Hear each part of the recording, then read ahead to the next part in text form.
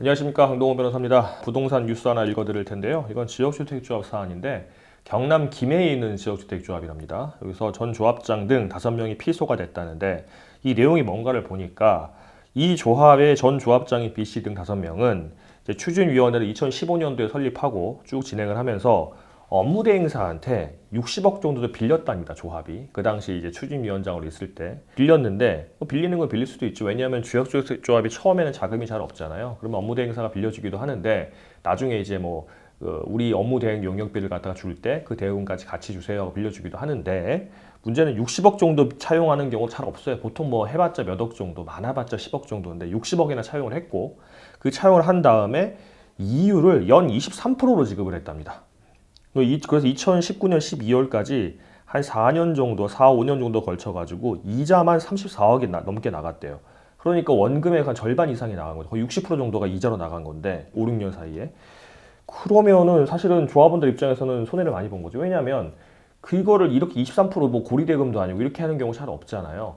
그래서 이제 조합원들이 이 조합장이 조합에 손해를 끼쳤다, 업무상 배임을 했다, 그래가지고 고소를 했고 이제 수사를 되고 있다는데, 이건 이제 수사를 해봐야 알겠죠. 이제 알겠지만 지역주택조합들이 정상적으로 진행하는 조합도 꽤 많고요. 실제 지어지는 조합도 있기는 합니다. 그런데 안 되는 조합들이 좀 많이 있죠. 국토교통부 통계로는 80% 내외가 입주까지 안 되는 경우가 많다고 하는데, 그런 경우는 업무대행사가 사실상 사업 기회를 편취하거나 조합원들 돈을 가져가는 경우가 꽤 많아요. 물론 안 그런 조합 대행사도 있기는 합니다. 그래서 업무대행사가 조합과 유착을 해가지고 이런 식으로 돈을 빌려주고 사실상 고리대금처럼 몇십 프로를 가져가서 가져가는 경우도 있고, 그리고 대여를 해주고 추진위원회가 조금 이제 진행이 돼가지고 설립인가도 되고 조금 진행이 되면 그 사이에 조합원들이 들어오는 돈에 대해서 이런 식으로 이제 이자는 이자대로 가져가고 원금대로 가져가서 사실상 업무대행 한 것도 없는데 돈은 상당히 받아갈 수 있게 되는, 그렇게 되기도 하고, 또 업무대행비 명목으로 1인당 1,000만 원, 2천만 원, 3천만 원씩 받아놓고는 어느 경우에도 돌려주지 않는다는 계약서를 써놔가지고 모집만 되면 무조건 1인당 몇천만 원씩 해서 한 몇백 명 모집되면 수십억을 가져갈 수 있게 하는 그런 장치를 많이 걸어놓는 경우가 많아요. 그래서 이거는 아마도 그러지 않을까 싶은데 수사 결과를 봐야 되겠죠. 그래서